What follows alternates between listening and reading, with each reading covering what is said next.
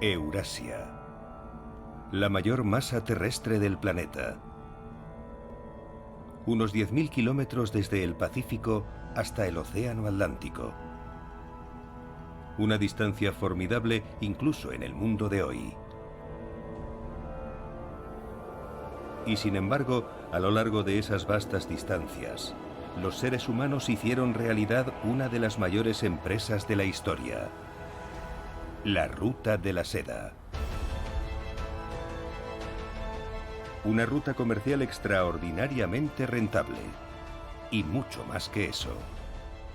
Durante miles de años, productos exóticos, nuevas tecnologías, ejércitos conquistadores e ideas brillantes viajaron a lo largo de la Ruta de la Seda.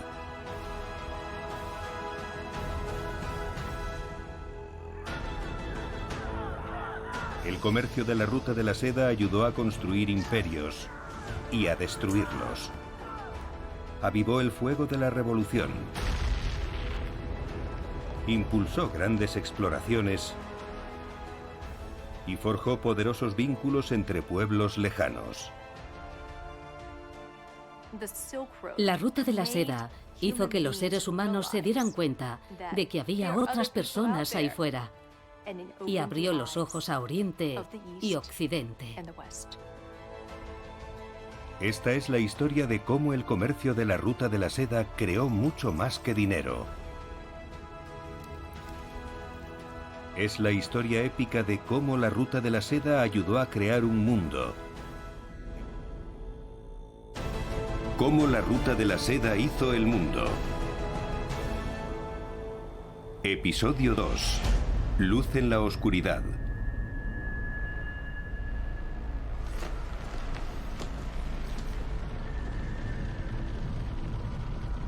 Norte de Francia, 26 de agosto de 1346.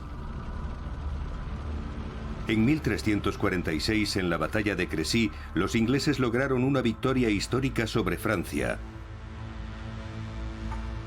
ayudados por una invención china que había llegado hasta Europa.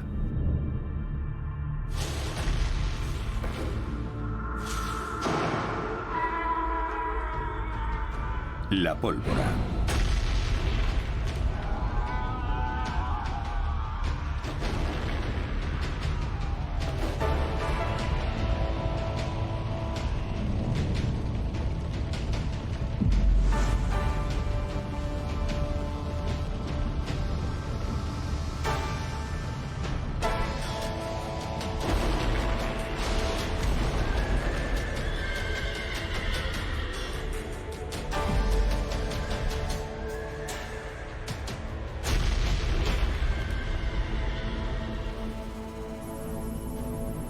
Y aquel mismo año, a unos 2.000 kilómetros al este de Crécy, se libraba otra batalla a orillas del Mar Negro.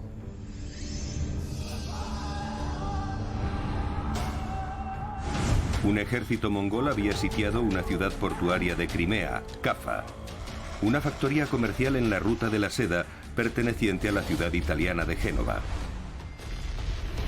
Los mongoles eran unos maestros de la guerra. Pero Caffa seguía resistiendo después de 2 años de asedio. De repente, el ejército mongol había sido diezmado, pero no por los defensores de Caffa, sino por una enfermedad desconocida.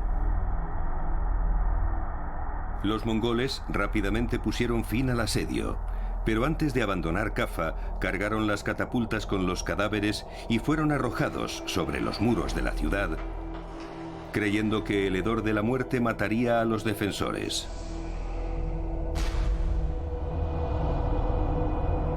Las crónicas medievales cuentan que los habitantes de Caffa murieron por millares, pero no a causa del olor a muerte.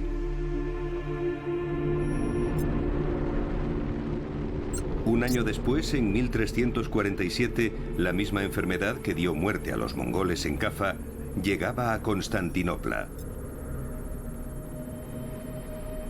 Un año después se propagaba por toda Europa occidental. En 1350 morían en un lugar tan lejano como Groenlandia. Y los aterrorizados europeos la denominaron la peste negra. En poco menos de una década, entre 1347 y 1356, la peste negra mató al menos a 25 millones de europeos, un tercio de la población.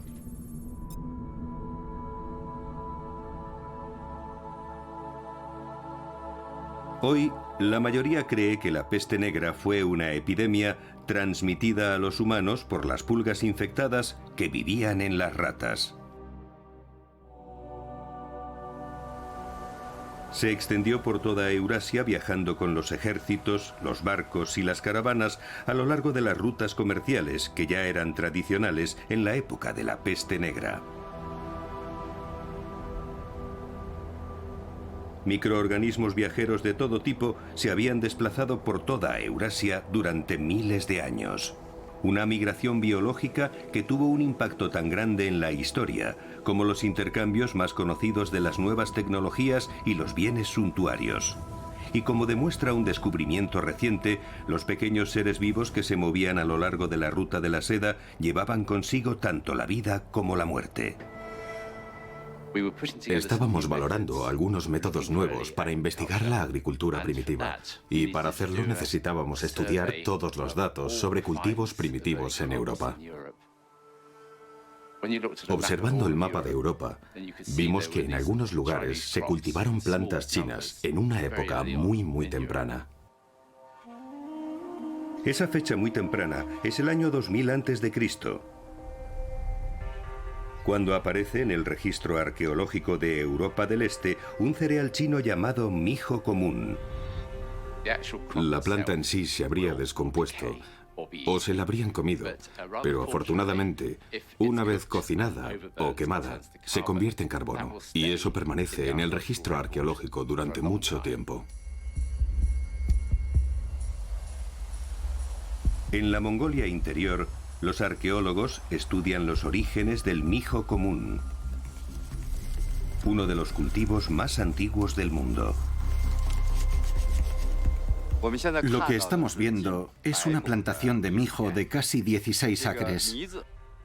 El cultivo en este lugar se remonta a casi 8000 años antes. Es la primera región del mundo en la que el hombre cultivó mijo. Después viajó y se extendió por toda Europa. Es una contribución importante de nuestra civilización oriental a nuestra homóloga occidental.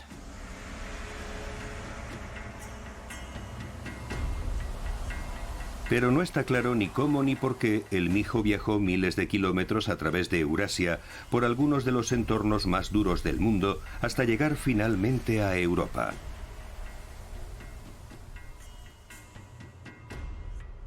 Puede que el largo periplo de este cereal comenzara sencillamente porque sobrevivía a los viajes.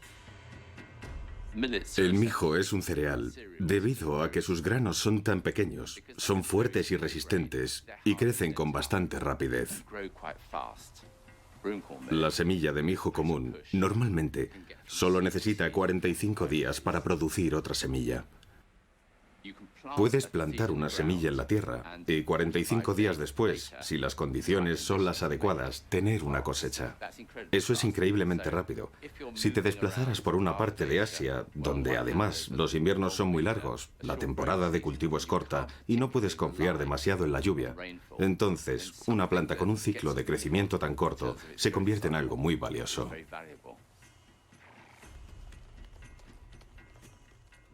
Existen relatos de pueblos que pasaban mucho tiempo a caballo, pastoreando animales, pero durante el corto periodo del año en el que el mijo crece, podían sembrar el mijo desde el caballo.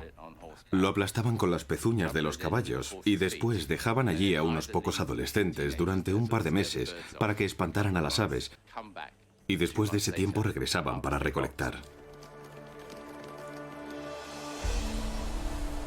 El mijo era un grano con una gran movilidad, pero no existía ninguna evidencia sobre cómo pudo viajar desde su lugar de nacimiento en el norte de China.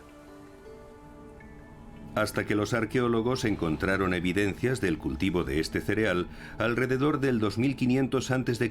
en Asia Central, en las laderas de las montañas de Tian Shan. En ese momento nos preguntamos, ¿qué tienen esas laderas? ¿Por qué ahí? La respuesta es, sin duda, agua. Cuando viajas por Asia Central, entiendes por qué la clave es el agua. Por supuesto, cualquier parte de Asia puede ser muy seca, pero cuando vas montaña arriba, por esas estribaciones, encuentras arroyos que fluyen desde las cumbres y agua. Los arqueólogos descubrieron que alrededor del año 1000 a.C., los campesinos que cultivaban mijo abandonaron las laderas y su fiable suministro de agua y comenzaron a trasladarse a entornos mucho más duros. Es una demostración de seguridad por parte de aquellos granjeros que se trasladaron desde un lugar donde el agua estaba garantizada a regiones en las que necesitaban saber más acerca del ciclo del agua, del suelo y de la geografía, tanto hacia la estepa al norte como hacia el desierto al sur. Las migraciones regionales conectaron el mijo con el mundo exterior.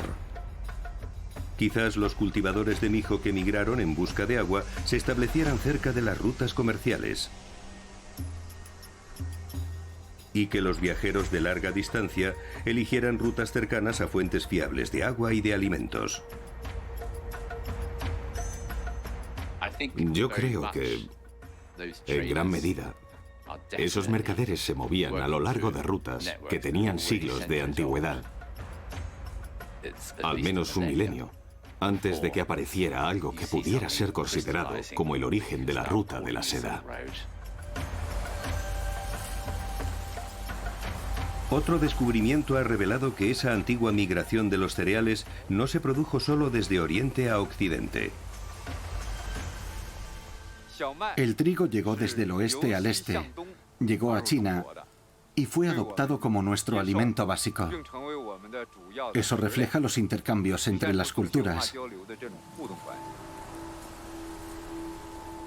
La estepa euroasiática, que sirvió como ruta para los primeros intercambios, es la predecesora de la antigua ruta de la seda. La migración étnica, la fusión de culturas y los intercambios, todo está integrado en este camino. Puede que el comercio de cereales entre China y Europa sirviera para algo más que alimentar a las personas. Quizá también impulsara un profundo cambio social. Las semillas germinan en una época del año y se cosechan en otra. Y eso está en su biología. Por eso la agricultura es una actividad estacional y el resto del año suceden otras cosas. Durante el segundo milenio antes de Cristo, algunas sociedades empezaron a hacer algo que era muy diferente: producir más de una cosecha en un solo año. Las plantas como el mijo son útiles para eso, porque un agricultor occidental que cultivara trigo y cebada, que maduran durante el verano, si quería aumentar la producción, podía obtener una cosecha más en la misma tierra después de recolectar la primera. No le daría tiempo a plantar trigo o cebada de nuevo, porque necesitan más tiempo para crecer. Pero el ciclo del mijo es más corto y podía obtener otra cosecha antes de que llegara el invierno. Curiosamente, en el caso de China, ocurría lo contrario. Allí ya tenían ese cultivo de ciclo corto. Y reorganizando su vida, podían obtener una cosecha de ciclo largo, como la del trigo y la cebada. Con la misma tierra, conseguían dos cosechas en lugar de una. Es decir, dos grupos de calorías en lugar de uno solo.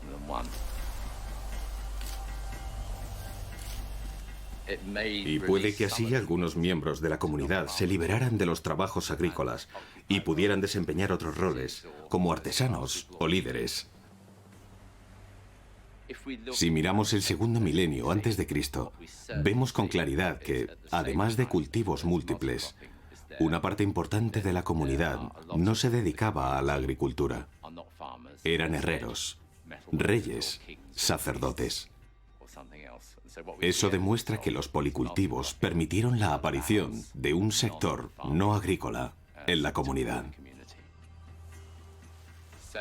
El resultado es que una semilla pequeña y de aspecto anodino, debido a su forma de crecer y a su biología, tuvo un enorme impacto, cambiando la productividad de las tierras en el corazón de la agricultura occidental. Así que esas tierras de cultivo occidentales pudieron, en la misma región, producir 2 cosechas en lugar de una, y eso permitió toda una serie de cambios que nosotros asociamos a la palabra civilización.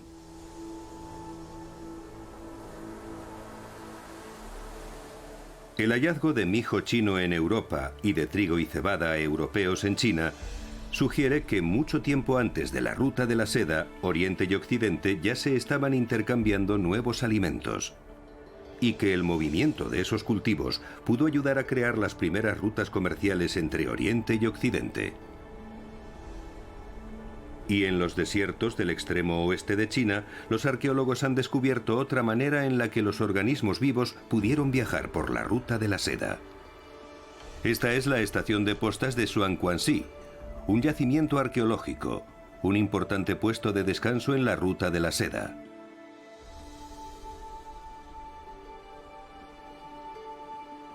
Hace 2000 años, durante la dinastía Han, Xuanquanxi era un lugar bullicioso y muy cosmopolita.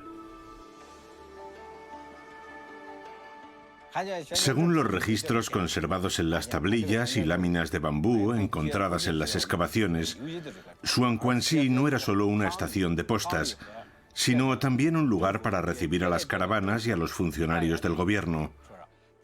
Durante la dinastía Han, entre los dignatarios más importantes estaban el rey del reino de Khotan, de las regiones occidentales, el rey de Hwasum y el rey de Kanju. En ocasiones los invitados eran más de 1000. Este lugar estaba lleno de gente llegada de todas las regiones. Se usaba para el comercio y también para asuntos de gobierno. La gente viajaba largas distancias sabiendo que había un lugar en el que descansar, refrescarse y recuperarse, cambiar de caballos y continuar. Lo maravilloso de esta estación de postas de Xuanquanxi era que se encontraba en una parte del país muy poco construida hoy, y que su clima es muy seco y a menudo muy frío en invierno, por lo que se conserva muy bien casi todo. Así que en vez de descomponerse, ha sobrevivido en el interior de la posta.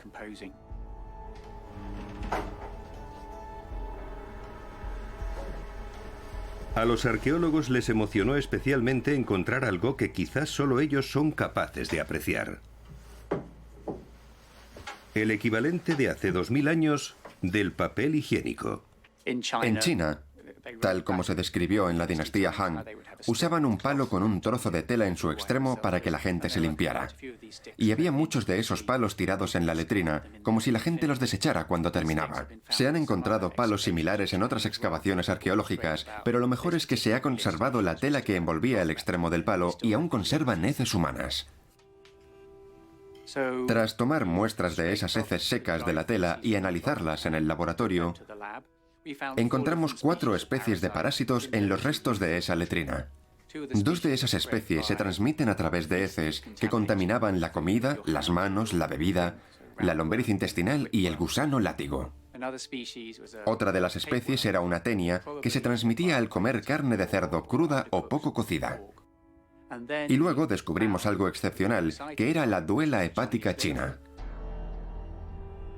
Es un gusano que vive en el este y sur de China y en Corea. Solo sobrevive en lugares pantanosos y húmedos, pero lo encontramos a 1500 kilómetros de distancia de cualquier otro lugar en el que se supone que puede vivir. Sin duda fue un hallazgo inesperado. Fue algo extraordinario que lo encontráramos en la ruta de la seda. A lo largo de su ciclo vital, la duela pasa a través de caracoles de agua dulce, luego a peces pequeños y a otros más grandes. Y si se cocina el pescado, la duela hepática no se transmite, pero si se ingiere crudo, llega al estómago y migra a través del cuerpo hasta llegar al hígado, donde se desarrolla. Es imposible que las personas de la región donde estaba esa casa de postas pudieran infectarse en esa zona en particular, porque es demasiado seca. No había lagos, ni caracoles de agua dulce, ni peces a los que pudieran infectar. El descubrimiento de la duela hepática es de una gran importancia. Indica que las caravanas o que los funcionarios del gobierno trajeron sus excrementos, al igual que las enfermedades, tras miles de kilómetros de viaje, hasta este lugar, la estación de postas. Con nuestras investigaciones estamos comparando esas evidencias con otras similares originarias de Europa para determinar si la duela hepática se propagó desde la costa oriental de China hacia Europa, o al contrario, si la enfermedad se propagó desde Europa o si se extendió entre esas dos áreas. Aún lo estamos investigando. Los hallazgos de Xuanquanxi demuestran que los humanos pudieron diseminar enfermedades a través de la ruta de la seda.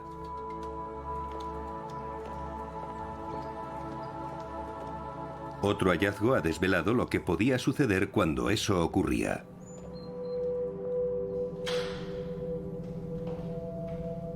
En 2009, científicos alemanes comenzaron a investigar un hallazgo desconcertante en la ciudad bávara de Asheim.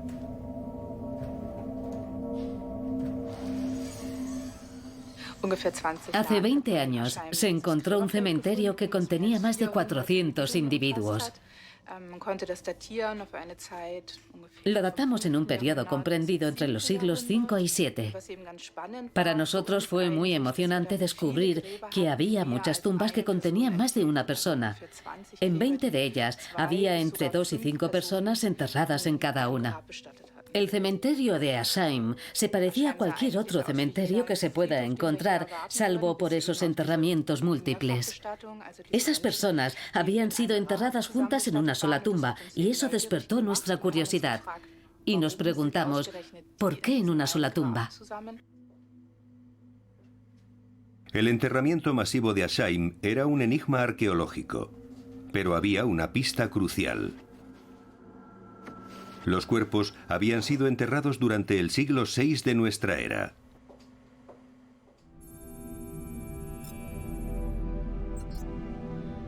En el siglo VI, una enfermedad terrorífica conocida como la plaga de Justiniano devastó el Imperio bizantino. Acabó con la vida de entre 30 y 50 millones de personas en Europa, Asia y África. Casi la mitad de todos los habitantes de la Tierra. Los cronistas contaban que miles de personas yacían muertas en las calles y que en el peor momento se contaban por millares. Eran tantas que no podían enterrarlas. Arrojaban los cadáveres dentro de atalayas que luego sellaban, porque no sabían qué hacer con ellos. Una epidemia comparable a la de la peste negra. Así que decidimos investigar esos enterramientos múltiples y también investigar el patógeno de la epidemia. La plaga de Justiniano llegó hasta Constantinopla en barcos egipcios. Pero qué enfermedad era y de dónde procedía es algo que aún se desconoce. El equipo de investigación del entierro masivo de Asheim esperaba que los huesos pudieran dar una respuesta. Estudiamos a más de 20 individuos, analizando el ADN, y encontramos pequeños fragmentos de ADN de la peste en 4 individuos. Solo en esta mujer había ADN suficiente para poder analizarlo a fondo. Estos son sus restos. Esta mujer tiene las suturas craneales bastante abiertas, por eso sabemos que murió muy joven. Calculamos que tenía aproximadamente 20 años. Queríamos intentar encontrar el patógeno de la plaga y para hacerlo preferimos usar dientes, como este que tenemos aquí. Un diente con raíz, porque la raíz contiene ADN y porque el diente está inserto en la mandíbula. Ahí está bien protegido y el ADN se preserva mejor. Luego llevamos el diente al laboratorio para extraer y examinar el ADN con métodos químicos. Y tras examinar el ADN, concluimos que habíamos encontrado Yersinia pestis, el patógeno de la plaga, la peste negra.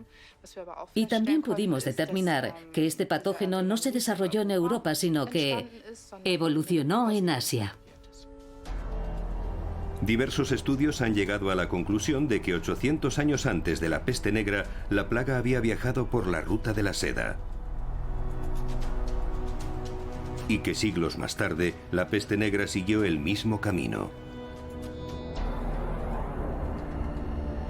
Ahora la mayoría de los estudiosos están de acuerdo. La peste negra se originó en Asia Central y llegó primero a Europa, en barcos mercantes italianos que regresaban del este.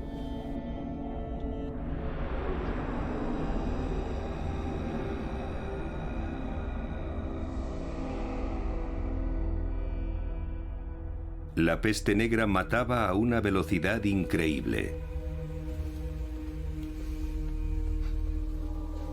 Sus víctimas solo vivían entre una semana y unas pocas horas. Ciudades enteras y monasterios fueron aniquilados y nadie sabía qué hacer. Puede que se extendiera unos 10 kilómetros por día, mucho más rápido que la mayoría de los brotes modernos de peste bubónica. Quizás, debido a la velocidad a la que la gente huía de ella, se extendió con más rapidez de lo normal y, sin duda, fue algo que tuvo unas consecuencias dramáticas sobre la población europea. Todo el mundo escribía sobre ella, todos temían a la peste negra.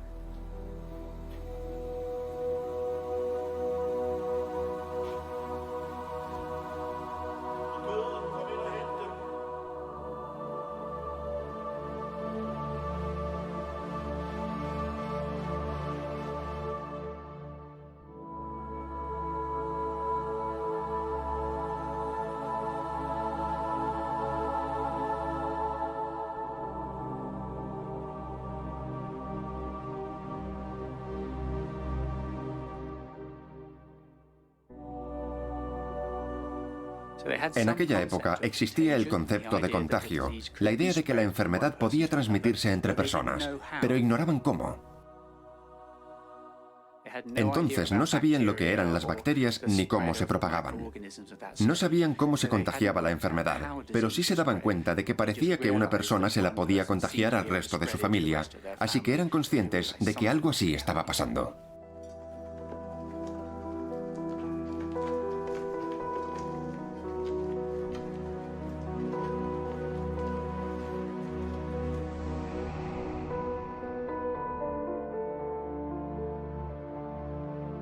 Los galenos de la época, desconcertados, consultaban las obras de las autoridades de la antigüedad, como Hipócrates, que vivió 4 siglos antes del nacimiento de Jesús, y Galeno, que vivió 2 siglos después de la muerte de Jesús. Hipócrates y Galeno creían que la enfermedad era el resultado del desequilibrio entre los así llamados 4 humores: la sangre, la flema, la bilis amarilla y la bilis negra. Según esa teoría, cuando los 4 humores estaban equilibrados, la sangre, la flema, la bilis negra y la bilis amarilla, entonces estaba sano, pero si había un desequilibrio o se corrompía uno de los humores, entonces caías enfermo. De forma que los tratamientos que usaban se basaban en gran medida en su interpretación de la teoría de los humores, por lo que al principio probaron tratamientos clásicos, como los cambios en la dieta, los baños, pero no obtenían ningún resultado. Ellos creían que los vapores dañinos que surgían de la tierra hacían enfermar a la gente, alterando sus humores.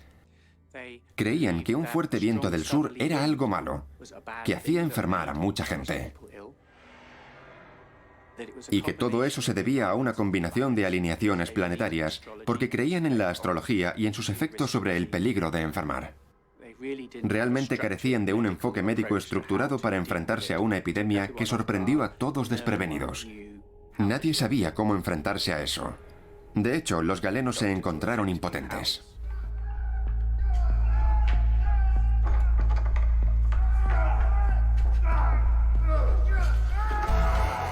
Algunos probaron con otros remedios.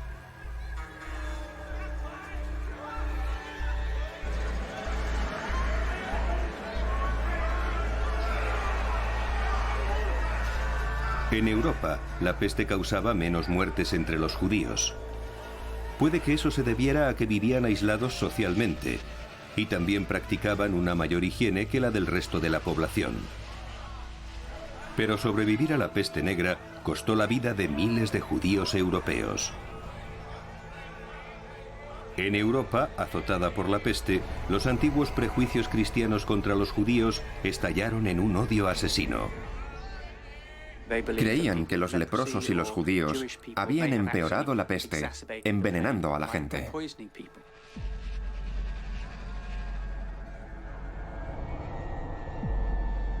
Y eso es un signo del terror y la preocupación que se apoderaron de todos, y las extrañas interpretaciones que se hacían sobre por qué todo el mundo estaba enfermando.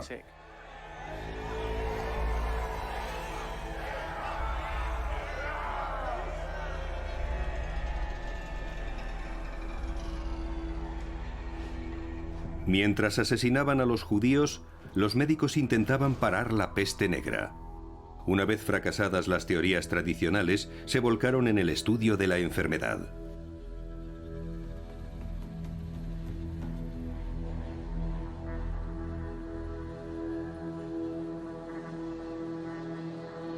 Estaban desesperados por comprender cuál era la causa de la peste negra, cómo se contagiaba y cómo curarla.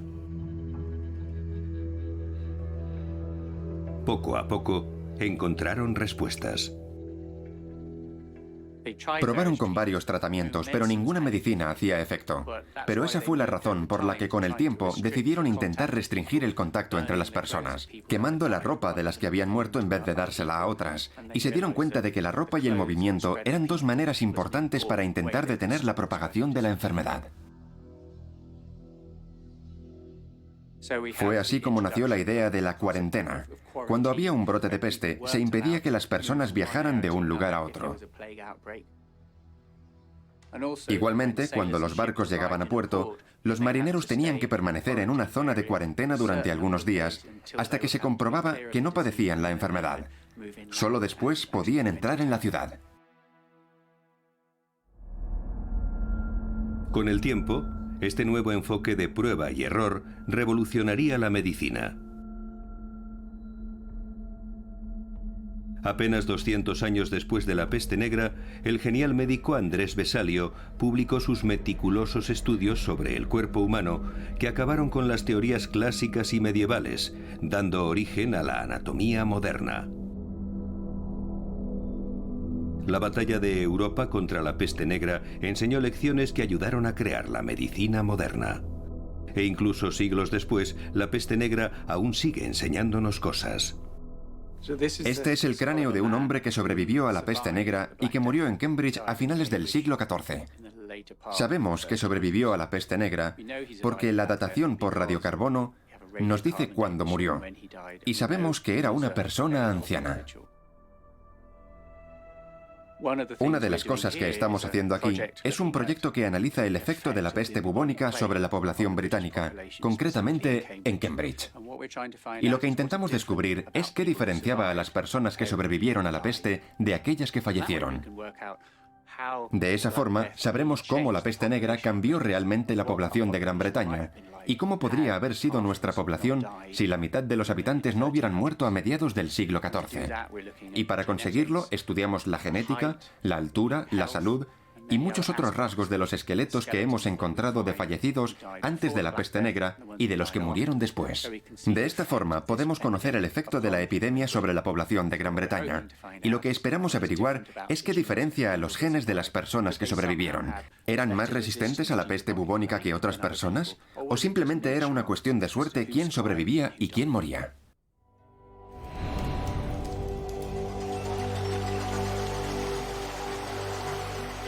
Aquellos que sobrevivieron tuvieron vidas mejores, ya que el mayor horror de su tiempo dio paso a una nueva era.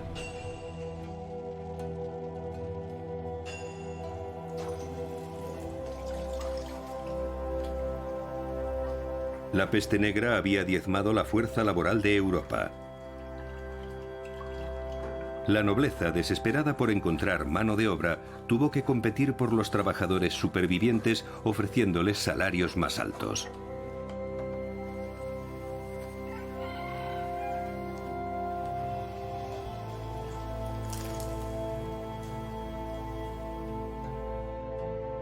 En los siglos siguientes, se observa un reajuste completo de la población. Los campesinos pobres y hambrientos que no tenían tierras suficientes, de repente se encontraron en una posición diferente.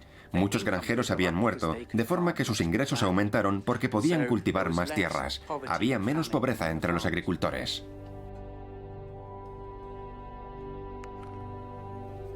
Las oportunidades se multiplicaron debido a la escasez de trabajadores. Ahora las mujeres podían ser copistas y desempeñar trabajos que antes estaban reservados a los hombres. Había nacido la clase media europea. Al haber menos personas capaces de hacer trabajos manuales, no solo aumentó el precio de su trabajo, sino que también tuvieron mejores ingresos. Y también significó la aparición de una serie de inventos específicos, de artilugios fabricados específicamente para ahorrar mano de obra. Entre otros se cuentan la rueca, el telar horizontal, el batán, el alto horno, las herramientas mecanizadas y los barcos de 3 mástiles, que podían transportar mucha más carga con una tripulación de marineros mucho más pequeña, de forma que el comercio era más productivo. Los siguientes 2 siglos fueron testigos de grandes avances en la mecanización. Y el hecho de que la población fuera menor hizo que se inventaran cosas debido a la escasez de población después de la peste negra.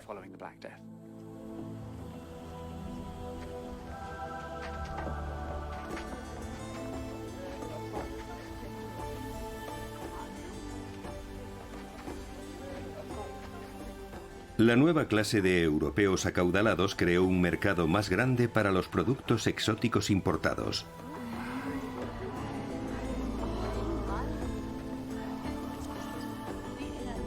Especialmente para uno con el que se comerciaba desde la antigüedad a lo largo de la ruta de la seda. Las especias.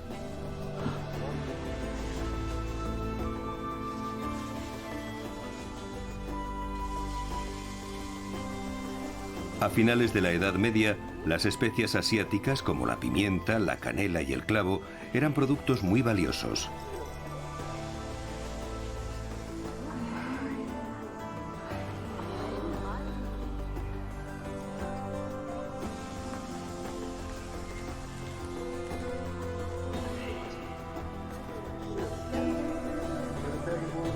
En Londres, los trabajadores portuarios recibían parte de su salario en clavos de Indonesia. En Venecia, la gente compraba casas con pimienta.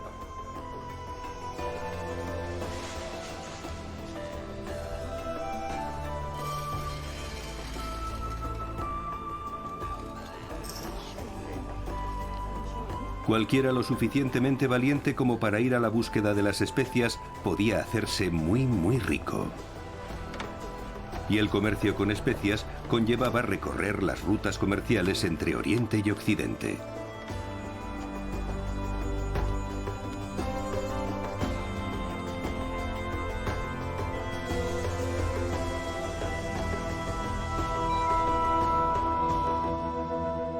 Los mercaderes venecianos recorrían esas rutas y controlaban el mercado de especias.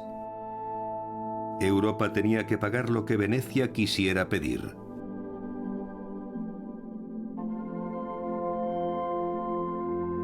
Venecia se convirtió así en una ciudad fabulosamente rica, mientras el resto de Europa refunfuñaba y pagaba.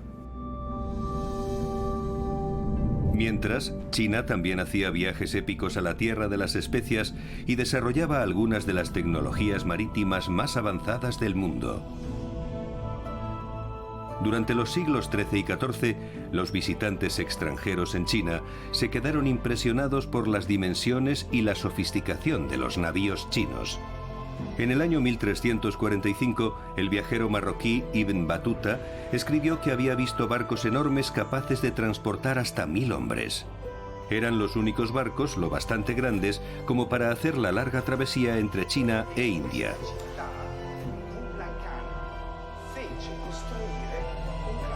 Y Marco Polo contaba que había navegado en un barco especiero chino en el año 1292.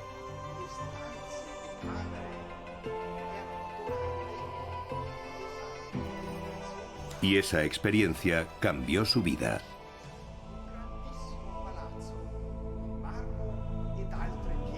Marco Polo afirmaba que el barco chino en el que navegó podía transportar entre 5.000 y 6.000 cestas de pimienta, una carga mucho mayor de la que podían llevar los barcos de especias de su Venecia natal. Y que su barco fue escoltado por barcos más pequeños capaces de transportar 1000 cestas de pimienta. Marco Polo embarcó para su viaje en el puerto chino de Quanzhou, que describió como un lugar bullicioso y atestado por cientos de barcos de China y de tierras lejanas. Pero Marco Polo no detalló las dimensiones exactas de su barco, por lo que los historiadores se preguntan si exageró el tamaño del barco o incluso si realmente llegó a navegar en él. Hasta que en 1973, los arqueólogos chinos encontraron los restos de un barco en el puerto de Quanzhou. El barco tenía capacidad para 200 toneladas y desplazaba más de 400 toneladas.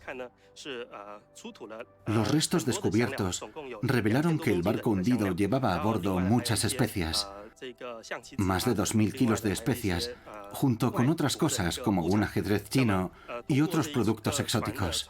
Los arqueólogos, basándose en esos hallazgos, llegaron a la conclusión de que el barco regresaba del sudeste asiático.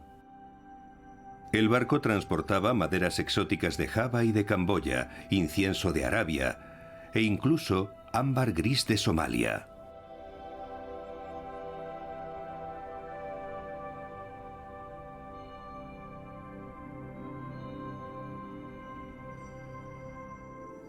Naufragó en el año 1277, justo 15 años antes de que Marco Polo visitara Quanzhou. Su diseño y construcción eran muy avanzados para su época,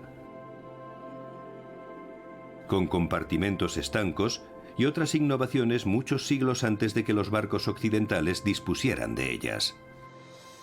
El casco se dañaba fácilmente y cuando resultaba dañado, si el casco del barco había sido construido con mamparos y compartimentos estancos, entonces la nave podía sobrevivir a los daños.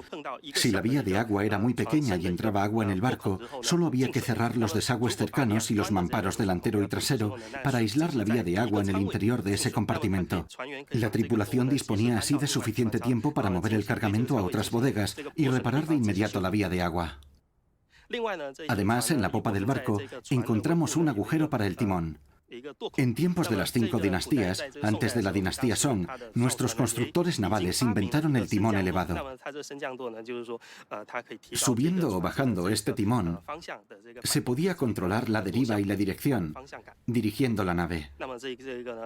Algunos siglos después, muchos veleros extranjeros empezaron a usar esta tecnología. 35 metros de longitud y 10 metros de anchura. El barco pudo ser uno de los barcos pequeños que escoltaron a la gran nave de Marco Polo.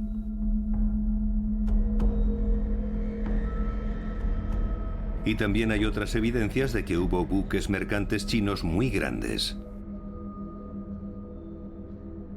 Este parque de la ciudad china de Nanjing está construido sobre los restos de un astillero del siglo XIV.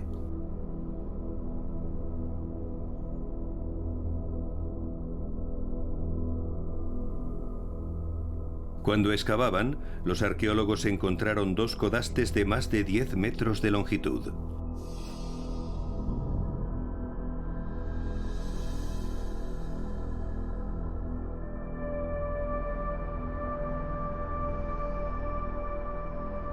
Las crónicas chinas hablan de gigantescos barcos del tesoro que transportaban mercancías en épicos viajes a tierras lejanas. Una armada china dirigida por el célebre almirante Zheng He, llamada la Gran Flota, hizo 7 viajes entre los años 1405 y 1433. Desde Liuyagang, en la provincia china de Jiangsu, la flota zarpó en misiones diplomáticas al sudeste asiático, el gran puerto indio de Calicut, Arabia y a lo largo de la costa este de África, forjando relaciones que unían el comercio marítimo y terrestre. La primera de esas expediciones estaba formada por más de 300 barcos y 30.000 hombres. Las crónicas de esos viajes cuentan que la nave más grande de Zheng He medía más de 130 metros de longitud y más de 50 metros de anchura. Pero los ingenieros navales ponen en duda si esos barcos tan grandes pudieron ser navegables. El clipper estadounidense Great Republic, botado en 1853, tenía 102 metros de largo y 16 metros de ancho. En 1872 se hundió durante un huracán debido a una vía de agua en el casco. El Wyoming, construido en 1909, tenía 110 metros de longitud. Su enorme longitud lo hacía estructuralmente inestable con mar gruesa. El Wyoming se hundió en 1924 durante una tormenta. Si los barcos del tesoro de Zheng fueron tan grandes como afirman las crónicas chinas, habrían sido tan largos y anchos como el Wyoming y más largos que el Great Republic. Cuando consultamos a ingenieros navales, ellos opinaban que el tamaño del barco del tesoro excedía con mucho la capacidad que podemos tener incluso hoy. Por lo tanto, se necesitan más descubrimientos y evidencias sólidas para comprobar la veracidad del barco del tesoro de Zheng He y comprobar lo que escribieron los antiguos cronistas. Independientemente del tamaño de sus barcos, la Gran Flota impresionó profundamente a las naciones que se dedicaban al comercio marítimo, desde Indochina hasta África. China parecía destinada a dominar el codiciado comercio de especias. Pero en 1433, el almirante Zheng He murió. Poco después, la corte real china comenzó a perder todo interés por los viajes de larga distancia y la navegación marítima en China entró en un largo declive. Apenas un siglo después del último viaje de la Gran Flota, el emperador prohibió los viajes a ultramar. Y no pasó mucho tiempo antes de que el comercio entre Oriente y Occidente sufriera otro golpe. A mediados del siglo XV, el antaño poderoso imperio bizantino entró en un profundo declive. Los turcos otomanos, descendientes de los nómadas de Asia Central, habían conquistado gran parte de su territorio. El emperador bizantino solo gobernaba sobre la capital, Constantinopla.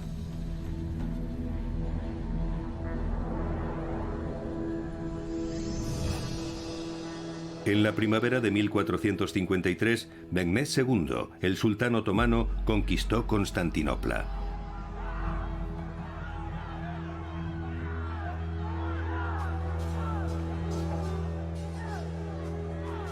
La ciudad estaba defendida por apenas 7.000 soldados. Mehmed contaba con un ejército de 80.000 hombres. pero no estaba seguro de su victoria. Los enormes muros de la ciudad habían resistido asaltos durante 1000 años. Protegidos por esos muros, los defensores de Constantinopla resistieron durante semanas. Pero Mehmed no solo tenía al ejército, también disponía de un arma imparable. Un cañón de bronce de casi 10 metros de longitud, 1 metro de diámetro y 20 centímetros de grosor. Se decía que podía lanzar una bala de cañón de piedra de 450 kilogramos a más de 1,5 kilómetros. Este gigante y 70 cañones más pequeños bombardearon día y noche los muros de Constantinopla, causando tanto daño que los turcos consiguieron tomar la ciudad.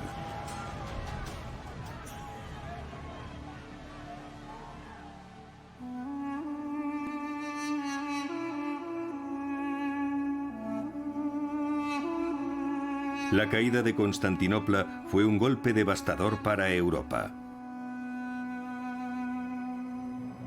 Constantinopla había sido una de las ciudades más antiguas y sagradas de la cristiandad. Ahora, convertida en la capital de un poderoso imperio musulmán, fue renombrada como Estambul, una palabra turca que significa encuentra el Islam. Desde su nueva capital, los otomanos controlaban el acceso al Mar Negro y al Mediterráneo oriental. Los mercaderes europeos quedaron aislados de la ruta de la seda. Durante casi un siglo, los europeos se habían hecho más ricos y estaban ansiosos por comprar los artículos de lujo de Asia. Europa necesitaba encontrar nuevas rutas a Oriente.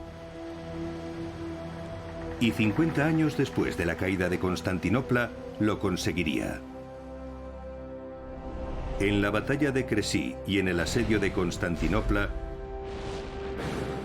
un antiguo invento chino, la pólvora, ayudó a transformar la Europa medieval.